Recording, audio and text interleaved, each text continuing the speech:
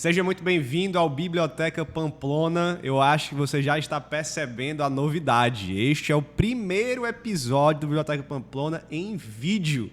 E daqui para frente vai ser assim. Não sei se todos, eu quero que todos, mas não vou prometer. Mas a maioria vai ser agora em vídeo. E eu aproveitei um convidado para gravar esse primeiro episódio em vídeo, né, com duas pessoas, com um convidado aqui presencial, que é o senhor Felipe Castelo Branco. Cara, brigadão por ter aceitado o convite, brigadão por estar aqui, né, para mim é uma honra te receber, e a gente vai bater um papo sobre louvor, música na igreja, e eu vou deixar o Felipe se apresentar. Eu ia apresentar aqui, falo do Canto das Escrituras, mas vou abrir para você poder se apresentar para o pessoal, e quem é o Felipe, onde é que o Felipe mora, o que ele faz da vida, fale sobre o Cante, enfim, sua igreja. Pode falar pro pessoal do Biblioteca Pamplona, se alguém não lhe conhece ainda. Beleza, olho para lá, né? Gente, é um prazer estar aqui com vocês. Meu nome é Felipe. Valeu, Pedro, pelo convite. É um privilégio, né? Ser o primeiro podcast aí, primeiro episódio em vídeo. Receber essa honra aí. Responsa, mano. E, enfim, como eu falei, meu nome é Felipe e sou aqui de Fortaleza, mas moro hoje em São José dos Campos, né? Onde eu sirvo na Igreja da Trindade, lá como líder do Ministério da Música. Esse nome é bom, hein? Igreja da Trindade. Igreja da Trindade. Esse nome é bom. É estranho, cara, abrindo um parênteses aqui, a gente fala que é a Igreja da Trindade, então, para diminuir o modo como a gente fala que é da Trindade. O povo fala, como assim, cara? Mas que bom, né? Ou só vocês são exclusivos? Né? Igual a gente fala aqui, eu sou da Filadélfia, não falo, eu sou da Igreja Batista de Filadélfia. Então, mas falar sou da Trindade é estranho, até o pessoal entender que é o nome da igreja. Mas, enfim, então, tenho servido lá há alguns anos, desde que mudei para São José, por conta do Ministério Fiel, né? Porque eu mudei para lá para servir na Fiel. Mas, há 3 anos, mais ou menos, eu tenho me dedicado exclusivamente ao Ministério do Canto e das Escrituras, que basicamente é um ministério que visa capacitar líderes e demais pessoas envolvidas com a música da igreja para que o resgate do canto congregacional, de fato, seja uma realidade na maioria das igrejas que perderam a questão do canto congregacional e capacitar os músicos para que eles sirvam com mais excelência, né?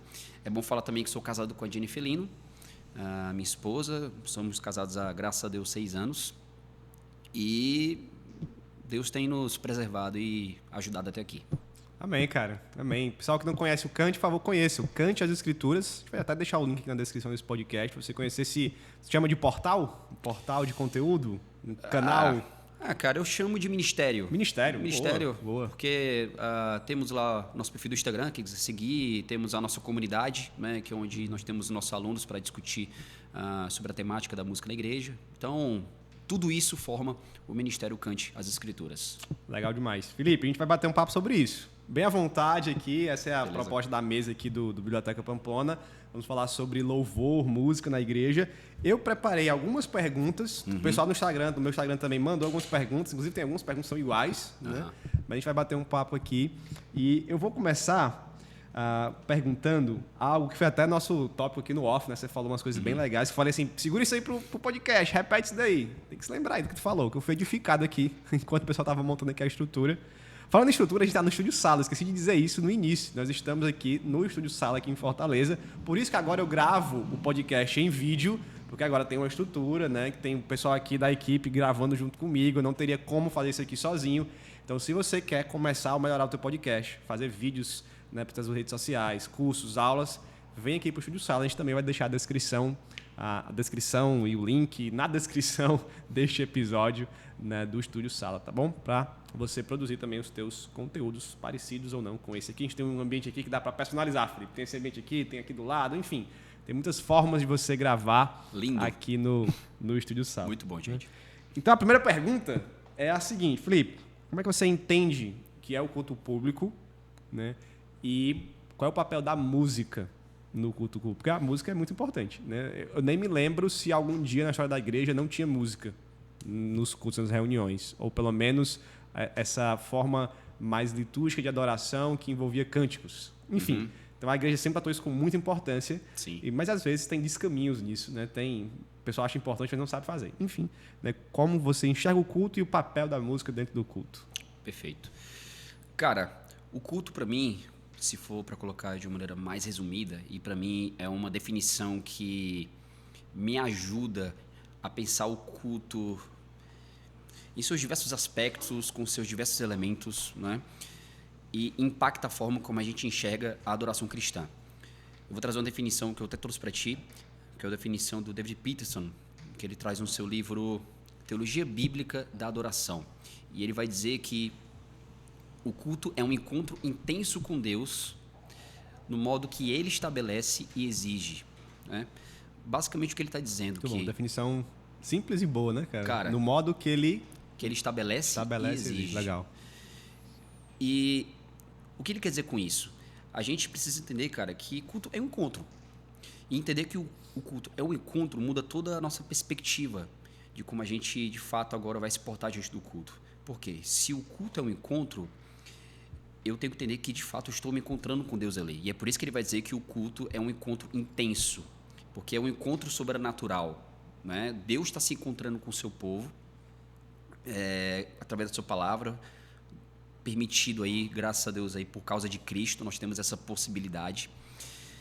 E nós estamos nos encontrando com o próprio Deus. E se é um encontro, nesse encontro existe um diálogo. E é por isso que o culto é como ele é, né? Você não se encontra e fica parado olhando para a pessoa e ok. Não, o que acontece no encontro? Geralmente as pessoas falam, né? Pode existir por vezes alguém de responsabilidade maior, alguém superior ali que vai ditar aquele encontro, e esse próprio Deus, e nós vamos responder nesse encontro. Por isso que é esse diálogo, e esse diálogo ele é chamado do diálogo do Evangelho, porque Deus vem primeiro até nós, fala conosco e nós respondemos. E aí não é à toa, cara, que o culto é como ele é. Faz sentido agora quando a gente olha para o culto, em como ele funciona, em nossas liturgias, por mais que existam liturgias diferentes, mas existe a mesma dinâmica, não é? Tem momentos que a leitura da palavra é feita, tem momentos que a igreja ora, tem momentos que outras leituras relacionadas a outros momentos da liturgia são feitas, como leitura para ofertas, leitura para confissão de pecados, e aí a igreja também responde a oração, responde com cânticos. Aí você entende o porquê que isso acontece, porque está tendo um diálogo. Então, um exemplo bem prático, a minha igreja mesmo, usando o exemplo da liturgia da minha igreja. Geralmente, isso é comum para a maioria das igrejas, o culto começa com leitura de convocação, né? Geralmente é lindo um salmo, por exemplo, convocando a igreja para adorar, para cantar. O que a igreja faz em seguida? Ora e canta alguns cânticos. Ou seja, Deus começou ali, no momento do culto, chamando o seu povo para adorá-lo, e agora a igreja vai respondê-lo. Em seguida, como a gente faz lá na igreja, é feita uma leitura de ofertas, né, sobre o momento das ofertas, né? E agora a igreja responde novamente ao Senhor, ofertando em adoração. Logo em seguida, nós vamos orar, confessando nossos pecados, mas antes disso, é feita uma leitura falando sobre os nossos pecados, lembrando o quanto, quem nós somos diante do Senhor, né, que nós não merecíamos a sua graça, enfim. E aí nós, novamente, respondemos ao Senhor, orando ou cantando, reconhecida a nossa pequenez. E aí tem um ápice do culto cristão, né, que é o momento agora onde é a pregação da palavra, onde a gente pode até aplicar ali, como em alguns trechos bíblicos vão dizer, né, é meio que cala-se toda a terra, agora o Senhor está falando, né, o rei está falando, escutem, né? Do mesmo modo como o Senhor se encontrava com o seu povo ali no Monte Sinai, agora ele continua a se encontrar com o seu povo através da exposição da palavra, né? E agora a gente escuta o Senhor falando ali, e ao final do culto, diante de tudo que a gente ouviu, a gente responde mais uma vez, agradecendo, orando ou cantando.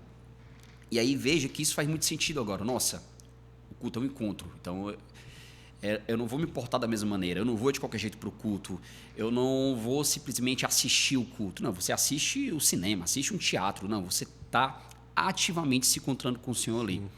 E a música faz parte desse processo, né? Faz parte desse encontro. A música, ela é usada como parte daquilo que nós usamos para responder ao Senhor de oração. Então, o Senhor fala e nós respondemos a Ele, agradecendo a Ele não só pelas coisas que Ele fez, né, que é o Evangelho, e continua a fazer por nós, e pelo que Ele vai se revelar ali naquele culto, através da palavra, não é?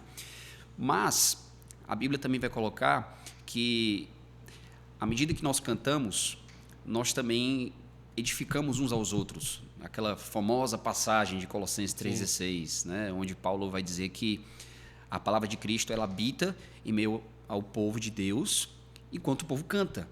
Então, enquanto nós estamos cantando, nós estamos sendo alimentados pela palavra, porque nós também estamos cantando uns aos outros. É aquela ideia de que, naquele momento dos cânticos, é como se todos nós, todos os crentes, virássemos professores de EBD, por assim dizer. Todo mundo está ensinando Bíblia um para o outro. Todo mundo está cantando sobre Jesus um para o outro, ensinando os atributos de Deus um para o outro. Então, nós estamos louvando ao Senhor e, ao mesmo tempo, nós também estamos ensinando uns aos outros mais sobre Deus, Cristo e o Evangelho. Então, basicamente, é assim que eu colocaria a definição do culto cristão e o papel da música na igreja. Que legal, cara. Enquanto você estava falando aí, eu estava pensando justamente no que você tocou no meio da tua fala, de que o culto ele não é uma apresentação, ele não é um show, muito menos, né? Ele não é um lugar onde eu vou apenas assistir ou ser, sei lá, ser colocado ali diante de uma peça, de uma fala, de uma palestra, de qualquer tipo dessas coisas, que como eu sendo apenas um espectador, isso que eu quero dizer. Né? Mas essa perspectiva do diálogo traz justamente esse contraponto, né? De que eu vou ali fazer alguma coisa também. É um relacionamento com Deus, né? De adoração, onde Deus vai falar e eu vou responder, e a gente então tem essa visão de que nós temos um papel ativo no culto, né? Perfeito. Às vezes me entristece muito quando eu vejo... Não sei se você já viu esse tipo de vídeo, né? Veja como é o louvor na minha igreja. Veja como minha igreja usa a música. Veja como minha igreja é criativa. E aí o que as pessoas mostram nesses vídeos, e mostram no sentido de exaltar aquilo que está acontecendo, de que veja como é que aqui é diferente, como é que é legal, é uma mera apresentação musical. Né? Um espetáculo, um espetáculo, né? Não tem esse relacionamento que você está dizendo. Né? Então, essa perspectiva realmente de você ir prestar o culto, mas eu acho que essa sua, que você trouxe agora, é até mais pessoal. Você está indo para um encontro com o Senhor, né? Para um encontro sobrenatural com Deus, né? Por meio do culto. Isso é muito bom. Eu espero que cada um que esteja assistindo e ouvindo, né, este podcast possa ter essa mentalidade agora de que nós estamos indo nos encontrar com Deus. Quando Ele vai falar, nós vamos responder, né? Que a música é uma resposta de adoração. Exato, cara. Ao Senhor. E né? isso também, cara, nos ajuda a dar valor ao culto cristão, independente do contexto que a gente esteja inserido, sabe? Porque vão ter diferentes tipos de igrejas, né, com diferentes estilos litúrgicos, não é? Tem igrejas mais contemporâneas, mais tradicionais, tem igrejas com liturgias muito simples, às vezes que ocorre por causa de falta de recursos, por exemplo, é um microfone que não é muito bom. Então, mas se os elementos bíblicos, né, estão presentes ali e é um culto bíblico, cara, você vai conseguir olhar para o culto da mesma forma, porque você entende que é o culto cristão. Independente ali das circunstâncias, o culto vai ter um valor para você, porque você está entendendo que você está diante do próprio Deus. Você está com os seus irmãos se encontrando com Deus. Cara, isso é um valor assim, incalculável. Né? Você imaginar que você está se encontrando com o próprio Deus, aí você pode dizer, mas eu também me encontro com Deus ao longo da semana, nas minhas devocionais. Mas o culto cristão, de acordo com a Escritura, é um momento onde o próprio Deus fala que Ele está de uma maneira mais presente ali quando a igreja está reunida. Porque é um meio de graça que Ele estabeleceu ali. Né? Então, Ele, por exemplo, você vai ver em Hebreus, esqueci exatamente a passagem agora, quando o próprio Jesus, né, vai dizer que Ele está no meio da congregação cantando com o seu povo. Não é? Quando a gente vê, cara, diversas vezes alusão ao culto cristão de Deus falando que Ele está presente ali no meio do seu povo, que inclusive aquela ideia, né, de que nós somos templo do Espírito, o povo tenta encaixar isso geralmente naquela perspectiva de que eu sou templo aqui sozinho, né? Acabou. Mas várias vezes também quando Paulo vai trazer essa perspectiva é de que nós somos templo do Espírito também quando estamos reunidos como igreja. Ou seja, é ali junto na comunidade, perante o Senhor, para adorá-lo, onde o Senhor se faz mais presente de uma maneira mais, como é que eu posso dizer, de uma maneira mais ativa, não é? Então, e uma coisa, um parênteses que eu colocaria também, é no culto cristão, cara, que a gente é edificado porque, como eu não estou sozinho, eu olho para os meus irmãos com as dificuldades que a vida traz, né? Eu passo por problemas, você passa pelos seus problemas, tem outros, todo mundo passa pelos seus problemas, a gente não sabe o que cada um está passando. E é no culto cristão que eu lembro que eu não estou sozinho, que enquanto eu estou cantando, às vezes sem vontade, eu olho para um irmão que está, às vezes, numa vida pior que a minha e está cantando ali com alegria no rosto, com lágrima nos olhos. E aí eu sou edificado por conta disso, sou estimulado por conta disso. E é bem também com essa ideia que Paulo vai trazer em Colossenses 3,16, né? Na ideia de admoestarmos, aconselharmos uns aos outros. Porque à medida que a gente está cantando, o modo como eu estou cantando, o que eu estou cantando, vai impactar o irmão do meu lado. Eu conto um testemunho meu sobre isso mesmo. Sei lá, teve um dia, cara, que eu não queria ir pro culto. Às vezes a gente não vai. Quem nunca, porque né? quer. Quem nunca. Foi uma semana muito complicada. Enfim, pelos problemas aí da vida. E aí, cara, era um domingo que eu simplesmente não queria ir. Não tava com vontade nenhuma. E aí, eu fui pro culto. Cheguei lá. Cheguei até um pouco atrasado nesse dia. Eu tinha perdido a leitura inicial. Cheguei no momento dos cânticos. Os irmãos estavam lá cantando. E eu tava, cara, sem vontade de cantar. Tava mais balbuciando ali pra não ficar feio, né? Sabe aquele temor de homens? Não, vou cantar aqui porque vai que o povo tá olhando aí, né? Tal. Eu sou do Cante das Escrituras, né? Então, tem que dar o exemplo. E aí, mano, eu olhei pro meu lado, em algumas fileiras assim pra frente, eu vi alguns irmãos cantando com tanta alegria e emoção. E eu sei que são irmãos que passaram e passam por problemas mais do que eu. Cara, eu fui impulsionado a cantar dessa forma. Nossa, eu não estou sozinho. Que é aquela ideia também de que Hebreus vai colocar, né? De que nós olhamos para os nossos irmãos em meio às nossas dificuldades e nós somos lembrados que nós não enfrentamos as labutas dessa vida sozinhos, né? Nós somos um corpo. E o culto cristão ele proporciona isso. Estar cultuando juntos nos impulsiona a adorar e cantar mais e adorar mais. É isso, cara, muito bom. Essa perspectiva do diálogo, ela funciona também para isso. Antes de tu falar isso, eu já ia me intrometer aqui, porque é outra coisa que eu, como pastor, não só como pastor, mas como pastor mesmo de igreja, eu acho que depois que você se torna pastor, você olha o público, às vezes, lá de cima, ou você começa a perceber mais a igreja, isso te incomoda mais. Que é o fato de tu estar aqui na adoração, no louvor, e aí tu olha pro lado e o cara tá assim, ó. Ou então ele tá com a mão no bolsinho, ou então ele tá sentado assim. E aí eu fico assim, meu irmão, o que você tá fazendo na igreja, cara? Não é um diálogo? Não é um encontro com Deus? Por que esse cara tá assim como se ele estivesse no maior tédio do mundo, né? E às vezes a música diz, levantai as mãos, e o cara lá assim, ó. E eu fico, meu, o cara não tá entendendo que isso aqui é um encontro com Deus, né? Que é uma resposta à adoração que a gente dá a Ele. E aí eu creio que ninguém precisa ter o mesmo estilo de adoração do que o outro. A gente vai passar o louvor inteiro com as mãos erguidas, a mão aqui mais baixa. Tem gente que não levanta a mão, tem gente que vai bater palma, que não bate palma. Tem gente que movimenta o corpo de acordo com a música, tem gente que fica estático. Exato. Tranquilo, mas a postura ativa do seu modo precisa existir, né? Você precisa estar ali prestando esse culto ao Senhor e se encontrando. Às vezes precisa se ligar nisso, né? Não pode haver indiferença, né? Exatamente, né? Não é tedioso a adoração ao Senhor, tem como, né? cara. E a gente não está falando aqui nem de... É outro assunto que a gente vai falar já, mas nem de estilo de música, né? Mas, enfim, eu lembro de uma pregação, acho que do pastor Jonathan, né? Que a gente estava falando aqui sobre ele, né? Que ele citou alguém que falou assim, cara, como é que você fica... Não lembro agora se ele citou ou se foi ele mesmo que falou, enfim.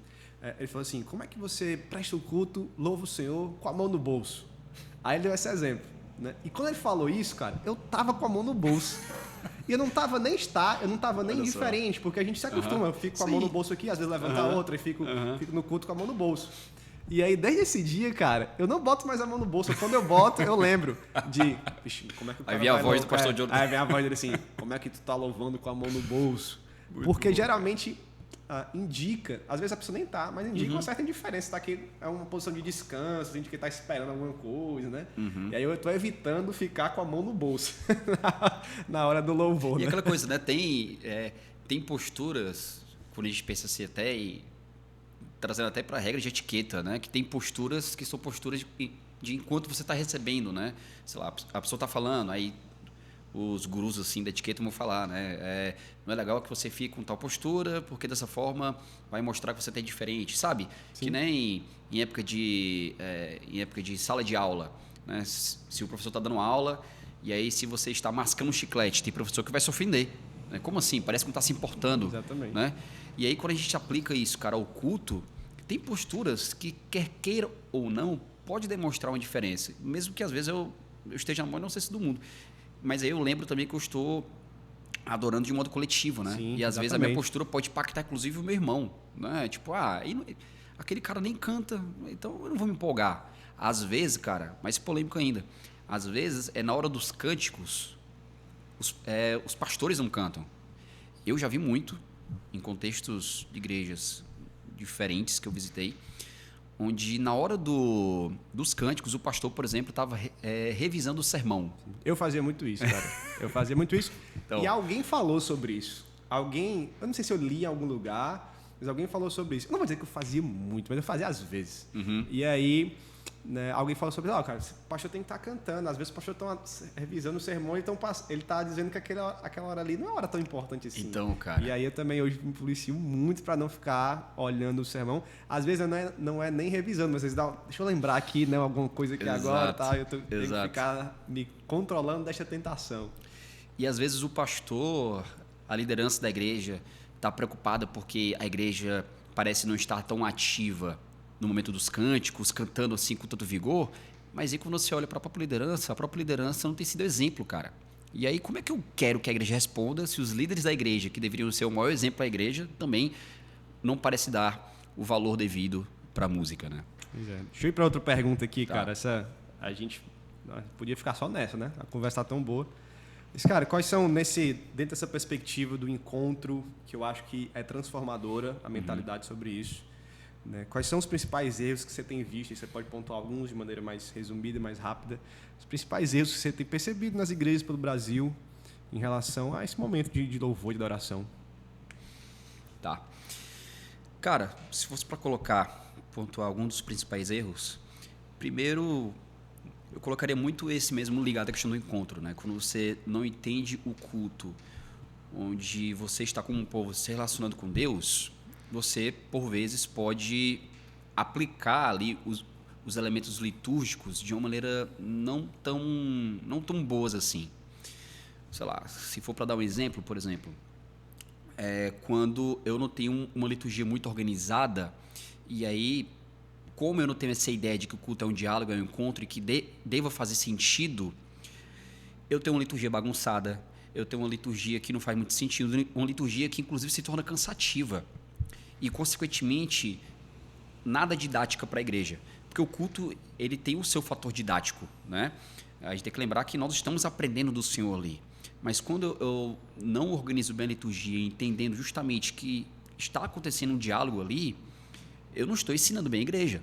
Fica confuso, a igreja fica perdida. O que fazer agora? Por que eu faço o que eu estou fazendo agora? Por isso que é interessante que se ensine para a igreja por que o culto é como é. Sim. Por que aqui a gente faz isso? Por que nesse momento a gente ora? Por que nesse momento a gente canta? Por que a gente canta esses cânticos aqui? Por que essa quantidade de cânticos? E aí isso me leva para o segundo ponto. É um tipo de pergunta que eu já recebi, inclusive, de algumas pessoas, pastores, na maioria das vezes, que são os que estão mais preocupados sobre isso, né? Ou líderes de ministério de música, de falar que, eu noto que a igreja, no começo assim, do culto, ela começa empolgada cantando, mas depois assim ela não canta mais, parece que ela deixa de cantar. Eu não sei se as últimas músicas que eu escolho não são tão boas, não sei o que está acontecendo. E aí você vai ver na liturgia, e isso eu já vi em algumas mentorias que eu já fiz, né? Porque eu parte do trabalho do Cante é supervisionar de perto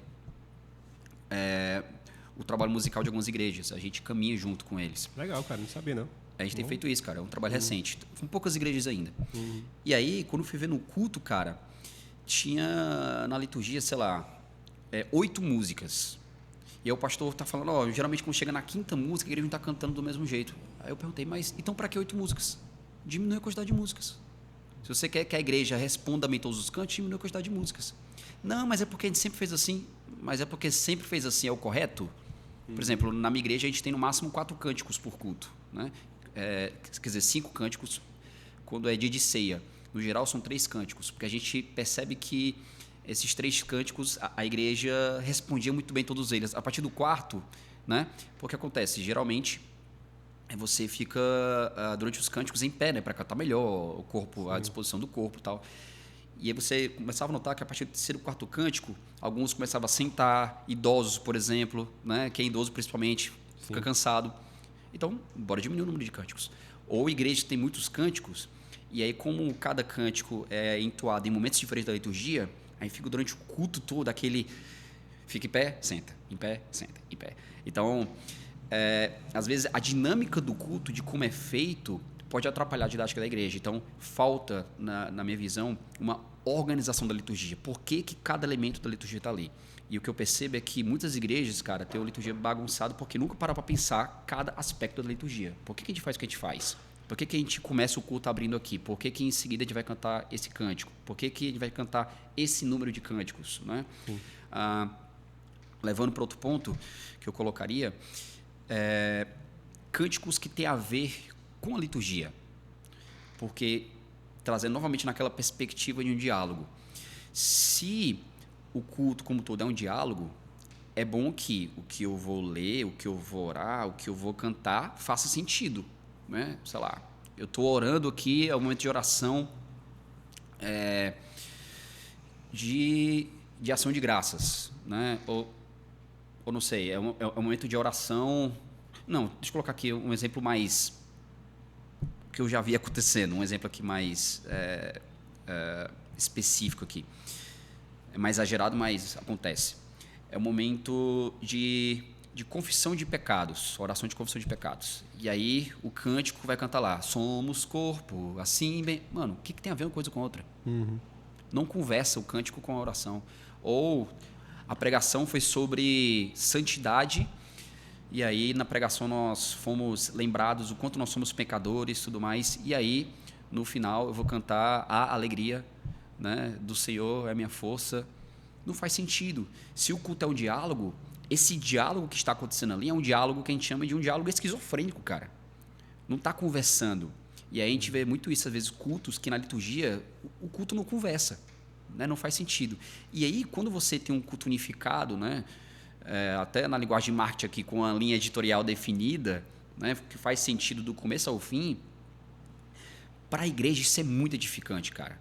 Porque imagina, o pastor vai pregar no dia, e aí a igreja vai cantar cânticos que têm relação com aquilo que vai ser ensinado, e não necessariamente somente com a pregação, mas às vezes o cântico vai ter relação com outras leituras bíblicas feitas ao longo do culto. E aí, cara, o que eu estou cantando vai servir para enfatizar aquilo que foi ensinado naquele dia. Porque é aquela ideia, né? Muitas vezes a igreja não vai lembrar depois de um tempo aquilo que foi ensinado pela pregação, né? Mas certamente não vai esquecer os cânticos que cantou, né? Então, eu vou estar utilizando os cânticos como ferramenta para dar ênfase àquilo que foi ensinado, né? E isso faz muito sentido porque eu pensei no culto como um encontro, né? E nesse encontro o diálogo precisa fazer sentido, não um diálogo esquizofrênico. Eu gosto principalmente, Felipe, de quando se encerra a pregação, nós temos um cântico que vem para encerrar ali o culto, que tem a ver com a pregação, que é uma resposta à pregação. Acho que quando os responsáveis pela liturgia conseguem, né, fazer isso, aí você precisa ter uma organização, tanto do pastor passar o tema e o texto, com antecedência, às vezes até o esboço, né, com antecedência para o pessoal do louvor. E aí, quando eles conseguem encaixar uma música que serve como uma resposta, às vezes até um complemento à pregação, é muito bom. O culto se encerra de uma maneira mais edificante, mais profunda. Acho sempre muito interessante. A igreja responde de outra maneira, cara. Você vai para casa naquele fluxo da mensagem, né? Tem isso e...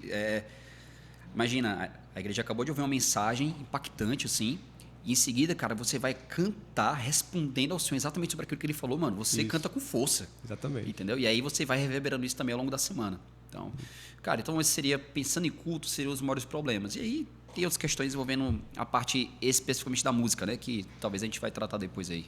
Eu peguei umas perguntas aqui do Instagram que me mandaram. Abri uma caixinha no Instagram, né? Inclusive, gente, falando no Instagram, também esqueci de dizer que o pessoal sempre ouve aqui o podcast, Felipe, no Spotify. A maioria das pessoas estão no Spotify, alguns outros no Apple Podcasts. né? Se você estiver ouvindo no Spotify, ou vendo, né, agora em vídeo aqui no Spotify, também esses episódios a partir de agora estarão no YouTube, tá bom? No meu canal, Pedro Pamplona, vai ter lá a seção do Biblioteca Pamplona e o pessoal pedia demais. Bota no YouTube, nem que seja tu bota só a foto e deixa o áudio rolando no vídeo, porque eu quero assistir no vídeo no YouTube. Né? Agora tem o vídeo aqui também no YouTube, tá bom? Se você estiver assistindo aqui, cara. Podcast eu escuto mais no YouTube. Olha aí. Eu já estou totalmente o contrário. Podcast eu só escuto no Spotify. Ou em algum Apple Podcast, algum de áudio. Ou quando não tem no YouTube, aí eu escuto no Apple Podcasts. Porque eu deixo ele ou fechado, ou deixo o celular longe de mim, aí fico só escutando nos fones. Então, exatamente. Pois é. Mas tem a galera do YouTube. Aí, ó, aqui o Felipe é do YouTube. Então, exatamente. Está no YouTube, meu canal lá. É só o meu nome mesmo, Pedro Pamplona. Vai lá, que a partir de agora, né, o Biblioteca Pamplona está por lá. Mas voltando pro Instagram, cara, tem umas perguntas interessantes aqui que são iguais às perguntas que eu fiz, inclusive. Uhum. Mas uma pergunta boa, eu vou juntar essas duas perguntas aqui. Tá. A pergunta do Ícaro Chagas. Ele perguntou assim, Ícaro com HY, hein? Ícaro Chagas. Ministros precisam ter teologia? Se sim, até que nível? E aí eu vou emendar essa pergunta com outra que foi do... Essa pergunta apareceu de maneiras diferentes, mas vou pegar essa aqui do Gibi Júnior, JIB Júnior. Como deveriam ser escolhidas as músicas para um culto? E tem outras aqui que aparecem sobre repertório e tal. Então, acho que se a gente juntar aí teologia, o ministro de louvor, o pessoal do louvor entender de teologia e como as músicas devem ser escolhidas para o culto, dá para a gente tirar algo daí. O que você acha? O que você diz? Cara, quanto aos líderes precisarem de teologia, eu acredito que sim, cara. Por quê? A música na igreja, como a gente conversou aqui, ela faz parte do ensino da igreja, né? Aquela ideia de, enquanto a gente está cantando, nós estamos ensinando uns aos outros. Ou seja, aqueles que estão responsáveis pelo momento dos cânticos estão à frente desse momento de ensino, quer queira ou que não. Eles estão ajudando na condução, facilitando esse momento para a igreja. E aí, cânticos envolve o quê? Escolha do repertório. Cânticos envolve entender bem o que você está cantando para, por vezes, em alguma palavra que você vai dar para a igreja relacionada com cântico, você dá alguma ênfase para impulsionar a igreja no canto. Ou seja, você precisa entender aqui, ali, cara, minimamente teologia. E aí, quando falo minimamente, não é, obviamente, um estudo formal de teologia, não é que você precisa fazer agora seminário. Mas, cara, você precisa ter gosto por teologia. É a mesma coisa de, por vezes, jovens que vão contribuir com convite por parte dos pastores, né, para ensinar na EBD e outras classes, né? Não precisa estudar a Bíblia? Cara, o líder dos cânticos ali do ministério também vai precisar, certamente. Porque se eu entendo que o Ministério da Música ele está submisso ao Ministério do Ensino da Igreja, e é interessante a gente ter essa perspectiva, né? Não à toa que os pastores, inclusive, por conta disso, devem ser os principais responsáveis pelo Ministério da Música. Então, eu preciso entender ali o que eu estou ensinando através das músicas que eu escolhi. Consequentemente, eu vou poder escolher melhor as músicas que sejam bíblicas, músicas que sejam congregacionais, músicas que não vão contrapor ao que é ensinado no culto. Às vezes acontece isso, cara. Tipo, é uma música cantada ali, só que em algumas coisinhas ali ela vai de encontro... Não, é de encontro? Seria de encontro. Não, de encontro não. Às vezes pode ser contradizendo. A melhor contradizendo, ou às vezes até não é o momento, né, como você falou. Mas contradizendo ao que foi ensinado no culto, cara. Então, justamente porque o cara não tem uma base minimamente sólida de teologia. Então, quando eu vou olhar para um líder do Ministério da Música, inclusive é uma coisa que eu devo priorizar. Ele deve ter, obviamente, um mínimo de conhecimento musical ali para poder liderar minimamente bem a equipe. Mas, antes de tudo, teologia. O que esse cara sabe de Bíblia? Não é? Como é que está a vida dele, inclusive, de oração, de estudo bíblico? Se ele é um cara que entende da Escritura, das doutrinas básicas ali da igreja, né? Porque ele vai estar atuando numa frente que é de ensino. Então, isso colocado. Agora, que critérios... Outra pergunta, né? Que critérios... Quais critérios aí, se pudesse dizer? Para a escolha da música, né? E aí, cara, quanto à escolha das músicas, então. O primeiro critério, obviamente, é o básico, né? Tem que ser bíblica. Exatamente. Por isso a teologia é importante, né? Por isso a teologia é importante. E aí, é por isso que os pastores também devem estar juntos. E é uma coisa, abrindo esse parênteses aí sobre os pastores, né? Porque alguns vão me dizer, mas se tem o líder da música, é porque ele é o responsável, ele escolhe. Cara, eu recebo muito isso, já recebi muita mensagem de gente falando que pastor não deveria se meter na escolha da música. Mas, cara, quem é o maior responsável pela liturgia da igreja, pelo culto ali ao Senhor, é o pastor. O Senhor mesmo designou ele para isso, né? E a música está dentro do culto. E como a gente falou, se ela faz parte do ensino, consequentemente é algo que ele deve supervisionar, né? E a palavra é essa, supervisão. Não quer dizer que ele vai ficar olhando cada detalhezinho do Ministério da Música, porque tem um líder que ele confiou ali para cuidar daquele trabalho, né? Mas no que diz respeito à escolha das músicas, é importante que tenha aprovação pastoral. Como é que funciona, por exemplo, na dinâmica da minha igreja local hoje? Eu, como líder, eu recomendo músicas, os pastores olham essas músicas, dão uma aprovação, né? E aí, depois de aprovados, porque houve aval pastoral, né? Ou seja, não vai entrar nada que os pastores lá correm risco de ter uma surpresa, né? Por mais que, enfim, eu tenho conhecimento teológico e tudo mais, mas é bom que eles sejam apados que vai estar no culto que eles estão organizando, na liturgia que eles estão organizando. Depois de aprovado, volta para a gente e a gente caminha para as equipes, para os músicos, né? Mas eles estão a parte de tudo isso, né? Inclusive de cada culto é assim. A gente recebe, hoje na nossa dinâmica, com um mês de antecedência, os temas e os trechos e as perícopes das pregações. Legal. Né? E a partir disso, cara, eu vou fazer a leitura de cada texto, vou ver ali, a partir do tema também que ele deu, e a partir do trecho bíblico, eu vou escolhendo as músicas, né? Inclusive, eu já tenho também a leitura de convocação, tem lá a leitura que vai ser feita de confissão de pecados, já tenho tudo isso escolhido já pelo menos com um mês de antecedência. Escolhi, envio para eles, na reunião dos pastores lá, que tem semanalmente, eles aprovam, voltam para a gente. Sobre eles aprovarem, não é que eles vão reprovar alguma música, porque essas músicas que eu escolhi para a liturgia já foram escolhidas a partir de um repertório que já tem músicas que foram aprovadas por eles. O aprovar deles é mais no sentido de talvez essa música não faça muito sentido para esse culto. Eu acho que outra encaixaria melhor, ou talvez essa música aqui, para uma primeira música, não começaria muito bem, talvez como última música. Então, eles dão esse palpite, já que são eles que cuidam da liturgia. E aí, aprovando ou tendo algum ajuste, volta para a gente faz o ajuste e, a partir disso, a gente encaminha para as equipes. Né?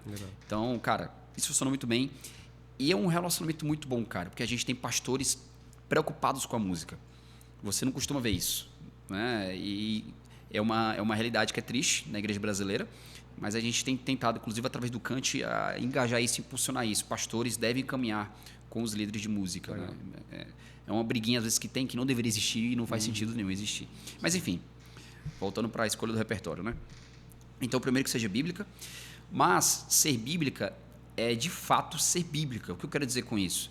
Porque tem muita música que o pessoal vai justificar que é bíblica porque cita uma passagem bíblica, tem jargões bíblicos, mas, cara, totalmente fora de contexto.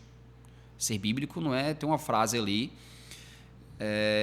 que foi citada na Bíblia, mas está fora do seu contexto. Que nem a música Raridade, por exemplo, né, que vai falar que você é precioso, mais raro que o ouro puro de Ofir.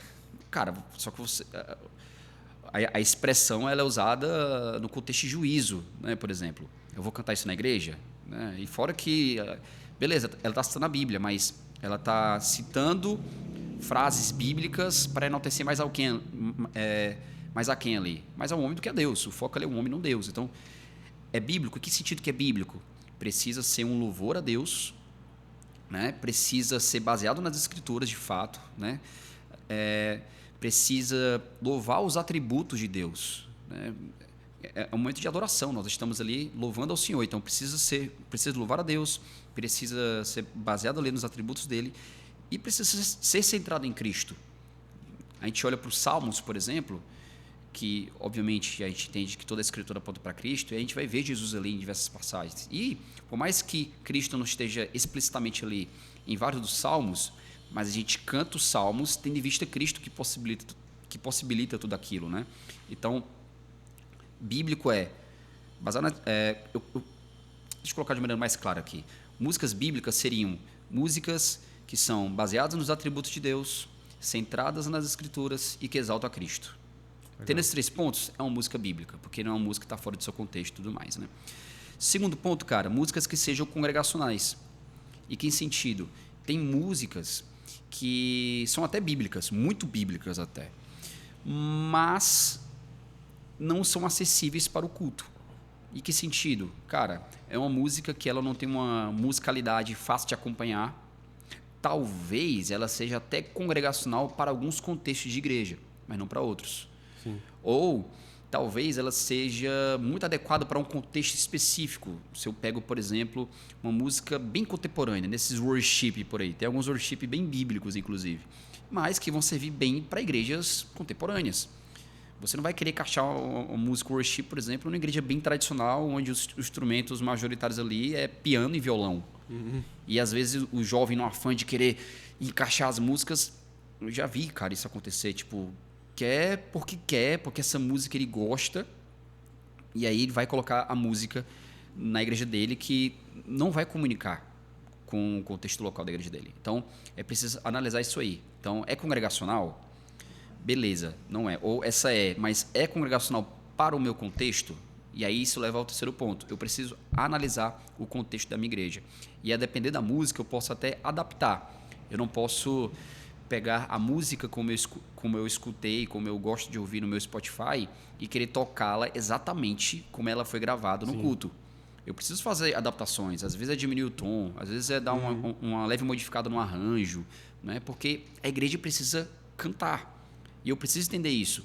Eu, como músico de igreja, eu estou ali servindo a igreja. Eu não estou me apresentando. Nós estamos juntos como igreja, sim, louvando ao Senhor, e eu estou ali como facilitador. Então, como é que eu posso facilitar para que a igreja cante mais? Adaptando, fazendo adaptações. Então, mudando tom, mudando arranjo, às vezes tirando solos desnecessários, né? Tem solos que, vão fazer sentido ali, mas tem solos que às vezes vão ter quase 1 minuto.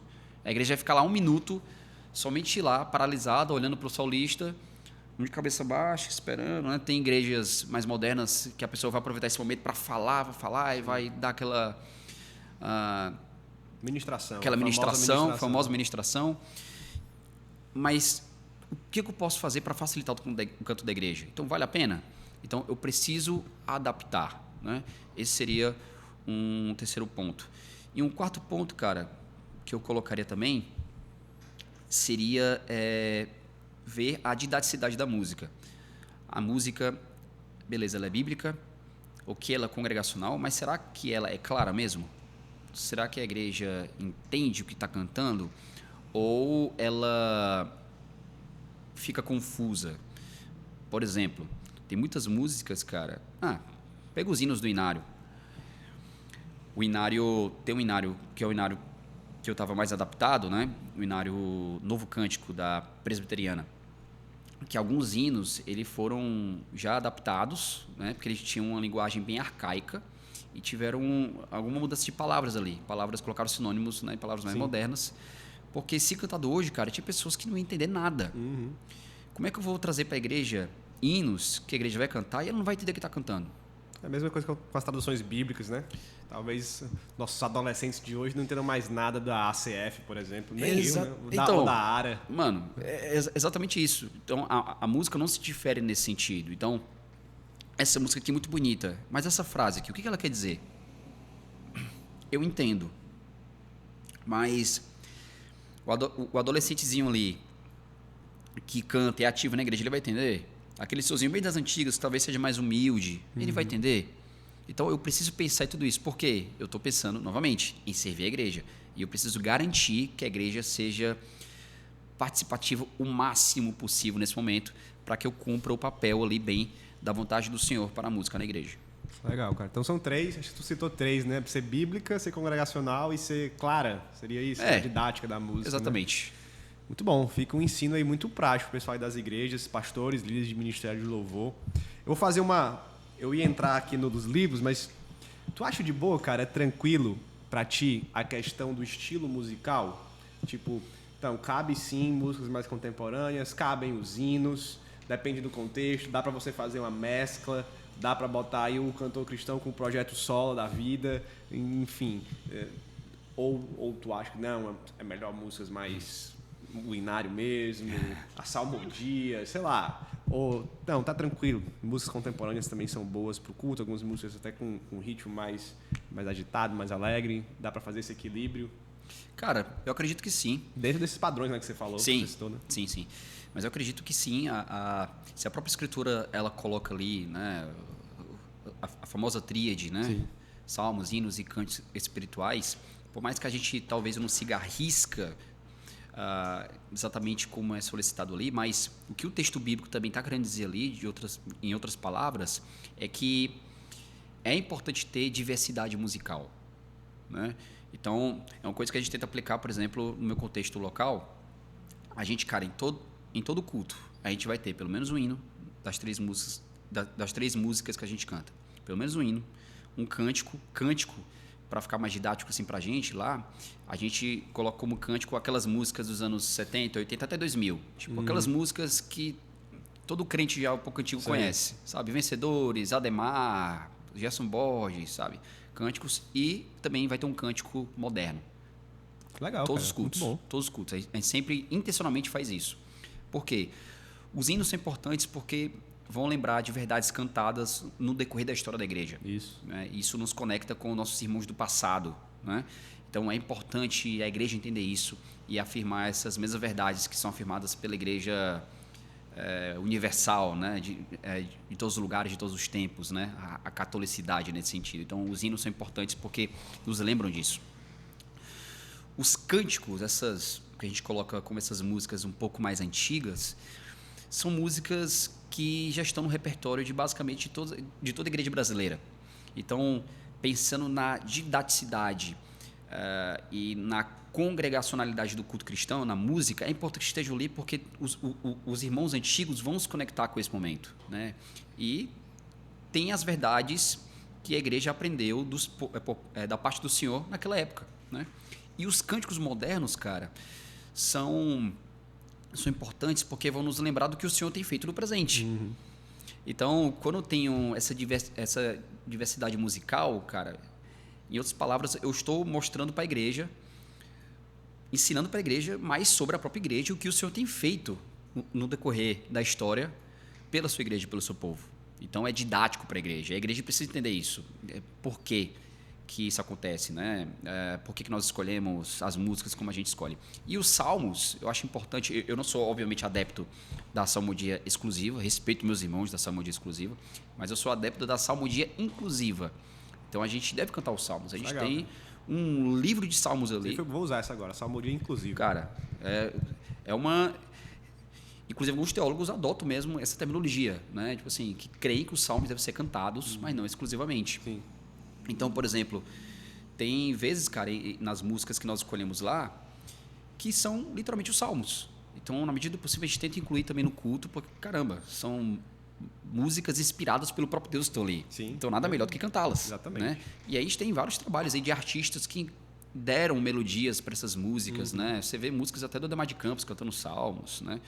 Tem um álbum, por exemplo, de um cantor chamado Daniel Ludwig, que ele fez o volume 1 e 2. Cara, os salmos ipsis literis cantados lindamente, né?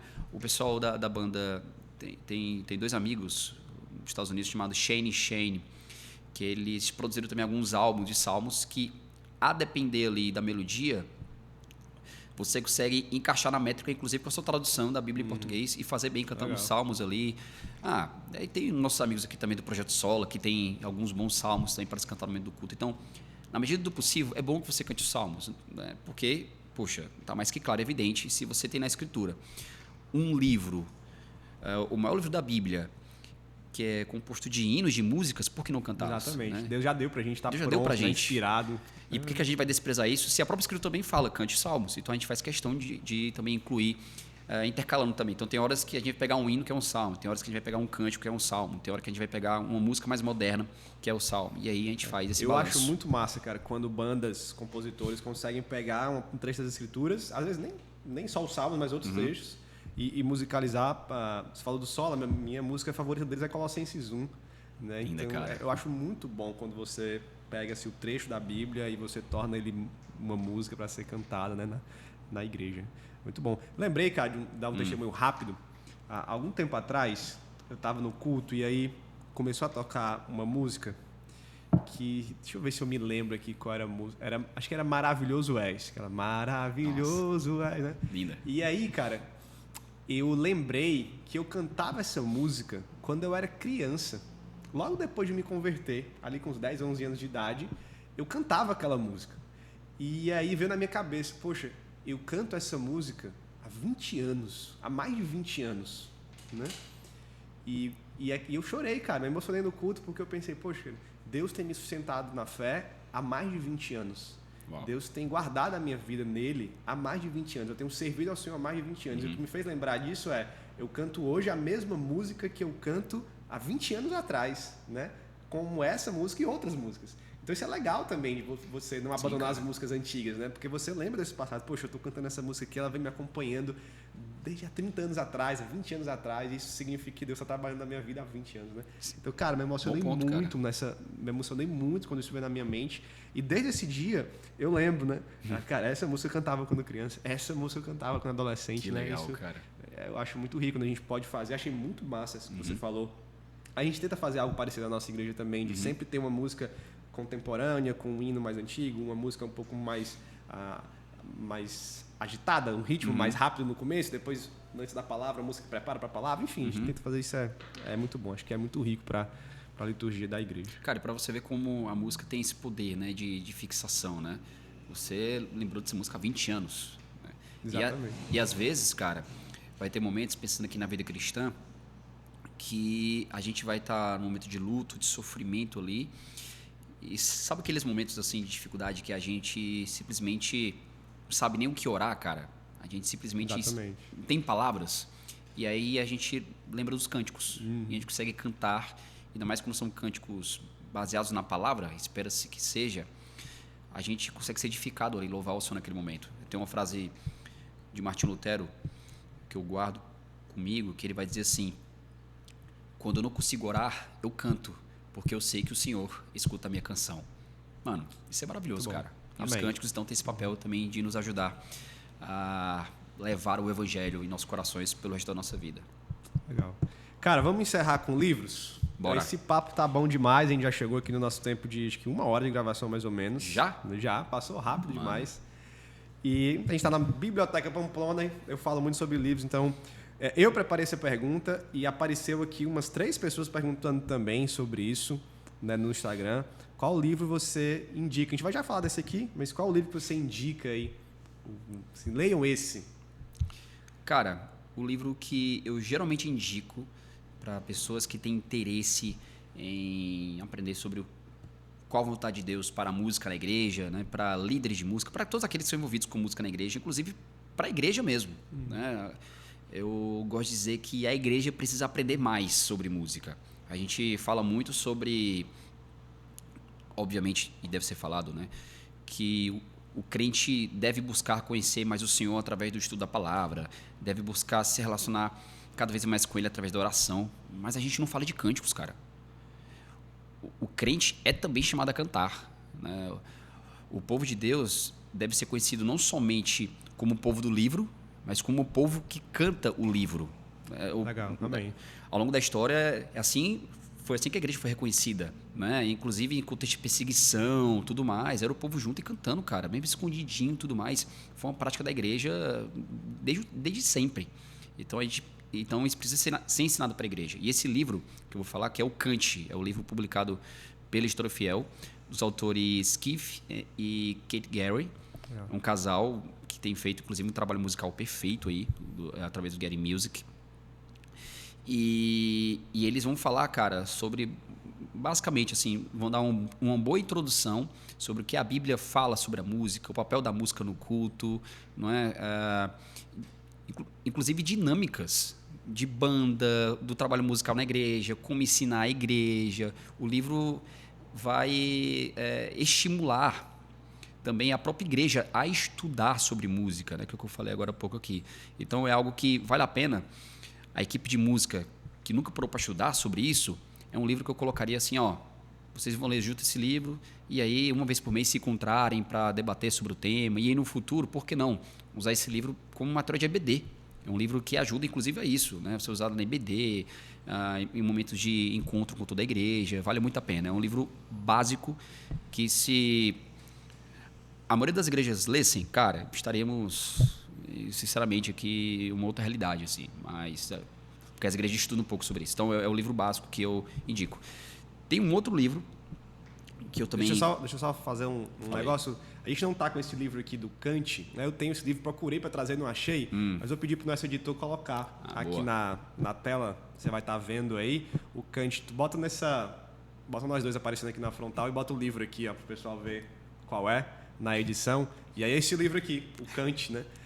E é um livro muito bom, já li também, não li todo, eu acho, né? Não li todo, mas já li várias partes desse livro e a gente também tem tentado, né, por meio da boa literatura, né, aprender mais sobre essa área. Então fica esse, se for dizer outro, o editor bota aqui também, diz aí o outro. Cara, o outro é o Culto Público, do Matt Merker, publicado pela Edições Vida Nova. É um livro pequenininho, cara, faz parte de uma série lá de livros do Nove Marcas. E aí esse livrinho, ele é focado no culto cristão. Então ele vai abordar, não é como Kant, que vai focar na questão da música, mas ele vai abordar outras questões do culto e vai ter um capítulo dedicado à questão também do canto congregacional, porque o autor, ele é músico, né? Legal. E, cara, é um livro que vale muito a pena também. É um livro também bom de estudo, porque ele é pequenininho. Vale a pena também se encontrar com a equipe para estudar esse livro. Então, Culto Público, do Matt Merker. Show. Tava aparecendo aí, ou está aparecendo aí para o pessoal ver. E eu queria indicar esse aqui a gente está com ele aqui. Eu vou botar primeiro aqui nessa câmera frontal, né, que é Culto Público, este livrinho aqui que eu trouxe porque tem um endosso meu e do Felipe. Eu abri aqui e aí percebi isso, né? Na época lá que me mandaram o livro, tem um endosso aqui do Felipe e o meu, e tem o do Pastor John também lá da igreja, ele também escreveu aqui o endosso. Livro publicado pela Pronobis, uma editora que tem publicado ótimos recursos, né? Lá, chefiada e liderada pelo pastor Judy Clay, querido pastor Judy Clay, um abraço para ele. Vou mostrar aqui também, ó, corta para cá para mim. Ó. Este é o livro, Culto Público. Tá? Ele não é nem tão pequeno nem tão grande, mas é uma leitura muito boa. Fala justamente sobre o que acontece neste encontro sobrenatural que você tem com Deus, né, no culto. E o seu subtítulo é Fundamentos Bíblicos para a Adoração Comunitária. O meu endosso diz assim: achei interessante demais unir duas coisas que geralmente muitos reformados não unem, que é a teologia reformada e o sobrenatural. E ele fala aqui dessa perspectiva do que acontece em sobrenatural quando a igreja se reúne. Então tem 3 livros aí de indicação. E é legal que esse livro, cara, ele vai justamente pegar cada elemento litúrgico, né, a ceia, a leitura, a pregação, os cânticos, e vai tratar teologicamente cada um deles, né, mostrando biblicamente cada um desses elementos. Cara, é um livro básico aí também que eu incluiria na bibliografia para aqueles que querem entender mais sobre o culto cristão. Muito bom. A gente vai colocar todos os links desses livros aqui na descrição do podcast, tanto aqui no Spotify quanto no YouTube, ok? Felipe, muito obrigado, cara. Obrigado demais pela participação. Foi muito bom. Uma honra receber. Essa conversa foi excelente, cara. Muito bom poder abrir aqui o primeiro episódio em vídeo do Biblioteca Pamplona com uma conversa com tanto conteúdo, dicas práticas, teologia do culto. É um assunto que eu gosto também, que eu valorizo demais. E obrigado pela participação, cara. Quando você vier aqui em Fortaleza, venha gravar aqui no Biblioteca Pamplona. Bora. Foi um prazer estar aqui com vocês. Com vocês também, que estão aí ouvindo ou assistindo agora, que está pelo YouTube, né? Tem que lembrar isso. E eu espero que, de fato, seja algo que venha edificar aí quem está ouvindo ou despertar a quem nunca, talvez, tenha parado para pensar sobre o papel da música na igreja. Legal. Gente, se você assistiu até aqui, eu espero que você tenha assistido. Né? Por favor, deixa o teu like aí, compartilhe esse conteúdo, né, com os amigos da igreja, pessoal da igreja, pastores, pessoal envolvido com louvor, todo mundo, compartilha aí, manda nos grupos de WhatsApp que você tem com o pessoal da igreja, manda um grupo de WhatsApp do louvor, né? Manda aí, eu sei que tem, manda no grupo aí, para o pessoal assistir, espero que edifique demais. Deixa teu comentário aqui também, seja no Spotify ou no YouTube, e avisa o pessoal que o Biblioteca Pamplona agora está em vídeo, tá bom? Está em vídeo. Então, espero que Deus te abençoe. A gente vai ficando por aqui e eu te vejo em vídeo no próximo episódio.